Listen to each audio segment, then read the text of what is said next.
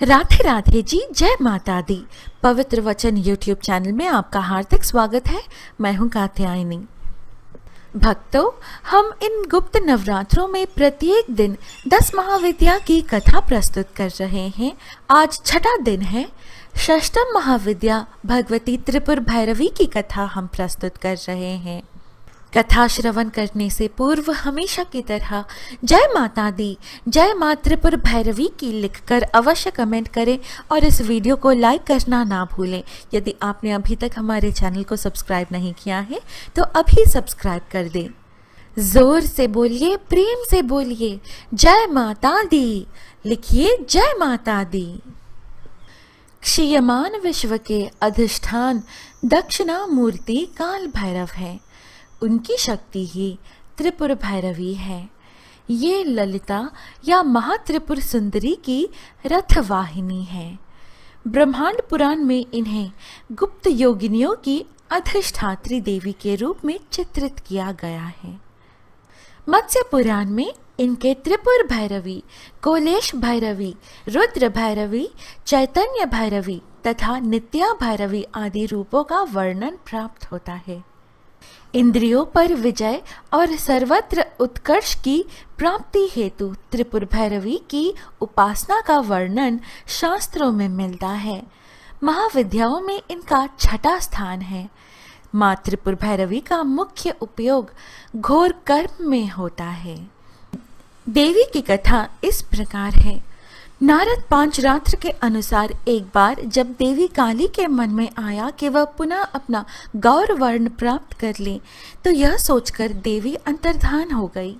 भगवान शिव जी जब देवी को अपने समक्ष नहीं पाते हैं तो व्याकुल हो जाते हैं और उन्हें ढूंढने का प्रयास करते हैं। भगवान शिव जी महर्षि नारद जी से देवी के विषय में पूछते हैं। तब नारद जी उन्हें देवी का बोध कराते हैं। वह कहते हैं कि शक्ति के दर्शन आपको सुमेरु के उत्तर में हो सकते हैं। वही देवी की प्रत्यक्ष उपस्थित होने की बात संभव हो सकेगी। तब भोले शिव जी की आज्ञानुसार नारद जी देवी को खोजने के लिए वहां जाते हैं। महर्षि नारद जी जब वहां पहुंचते हैं तो देवी से भगवान शिव जी के साथ विवाह का प्रस्ताव रखते हैं। यह प्रस्ताव सुनकर देवी क्रुद्ध हो जाती हैं और उनके देह से एक अन्य षोडशी विग्रह प्रकट होता है और इस प्रकार उससे छाया विग्रह त्रिपुर भैरवी का प्राकट्य होता है। इनके ध्यान का उल्लेख दुर्गा सप्तशती के 3 अध्याय में महिषासुर वध के प्रसंग में हुआ है। इनका रंग लाल है। ये लाल वस्त्र पहनती है, गले में मुंड माला धारण करती हैं और स्तनों पर रक्त चंदन का लेप करती हैं। ये अपने हाथों में जप माला, पुस्तक तथा वर और अभय मुद्रा धारण करती हैं। ये कमलासन पर विराजमान है। भगवती त्रिपुर भैरवी ही मधुपान करके महेश का हृदय विदीर्ण किया था। रुद्र यामल एवं भैरवी कुल सर्वस्व में इनके उपासना तथा कवच का उल्लेख मिलता है। संकटों से मुक्ति के लिए भी इनकी उपासना करने का विधान है। घोर कर्म के लिए देवी काली की विशेष अवस्था जनित मानों को शांत कर देने वाली शक्ति को ही त्रिपुर भैरवी कहा जाता है। इनका अरुण वर्ण विमर्श का प्रतीक है। इनके गले में सुशोभित मुंडमाला ही वर्णमाला है। देवी के रक्त लिप्त पयोधर रजोगुण संपन्न सृष्टि प्रक्रिया के प्रतीक है। अक्षय जपमाला वर्ण समापनाय की प्रतीक है। पुस्तक ब्रह्म विद्या है।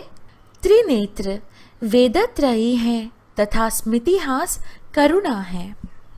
आगम ग्रंथों के अनुसार भगवती त्रिपुर भैरवी एकाक्षर रूप अर्थात प्रणव है। इनसे संपूर्ण भुवन प्रकाशित हो रहे हैं तथा अंत में इन्हीं में लय हो जाएंगे।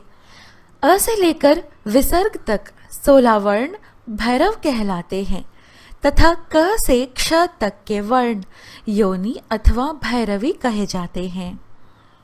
स्वच्छंदोद्योत के प्रथम पटल में इस पर विस्तृत प्रकाश डाला गया है।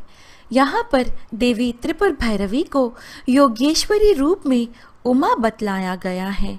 इन्होंने भगवान शिव जी को पति रूप में प्राप्त करने के लिए कठोर तपस्या करने का दृढ़ निर्णय लिया था। बड़े बड़े ऋषि मुनि भी इनकी तपस्या को देखकर दंग रह गए। इससे सिद्ध होता है कि भगवान शिव जी की उपासना में निरत उमा का दृढ़ निश्चयी स्वरूप ही भगवती त्रिपुर भैरवी का परिचायक है। देवी त्रिपुर भैरवी की स्तुति में कहा गया है कि भैरवी सूक्ष्म वाक तथा जगत के मूल कारण की अधिष्ठात्री है। देवी त्रिपुर भैरवी के अनेक भेद हैं, जैसे सिद्धि भैरवी, चैतन्य भैरवी, भुवनेश्वरी भैरवी, कमलेश्वरी भैरवी, कामेश्वरी भैरवी, षटकोटा भैरवी, नित्या भैरवी, कोलेशी भैरवी, रुद्र भैरवी आदि। सिद्धि भैरवी उत्तरामनाय पीठ की देवी है। नित्या भैरवी पश्चिमामनाय पीठ की देवी हैं। इनके उपासक स्वयं भगवान शिव हैं। रुद्र भैरवी दक्षिणामनाय पीठ की देवी हैं। इनके उपासक भगवान विष्णु जी हैं। त्रिपुर भैरवी के भैरव बटुक है। मुंडमाला तंत्रानुसार त्रिपुर भैरवी को भगवान नरसिंह की अभिन्न शक्ति बताया गया है। सृष्टि में परिवर्तन होता रहता है। इसका मूल कारण आकर्षण विकर्षण है। इस सृष्टि के परिवर्तन में क्षण क्षण में होने वाली भावी क्रिया की अधिष्ठात्र शक्ति ही वैदिक दृष्टि से भगवती त्रिपुर भैरवी कही जाती है। भगवती त्रिपुर भैरव की रात्रि का नाम काल रात्रि तथा भैरव का नाम काल भैरव है। इनकी साधना से 16 कला निपुण संतान की प्राप्ति होती है। आजीविका और व्यापार में इतनी वृद्धि होती है कि व्यक्ति संसार भर में धनश्रेष्ठ यानी सर्वाधिक धनी बनकर सुख भोगता है। जीवन में काम, सौभाग्य और शारीरिक सुख के साथ आरोग्य सिद्धि के लिए इन देवी की आराधना की जाती है। त्रिपुर भैरवी का मंत्र मूंगे की माला से 15 माला ह्नीम भैरवी क्लौम ह्नीम स्वाहा मंत्र का जाप कर सकते हैं। भक्तों, इस प्रकार भगवती त्रिपुर भैरवी की कथा संपूर्ण होती है। आशा है आपको यह प्रस्तुति अच्छी लगी।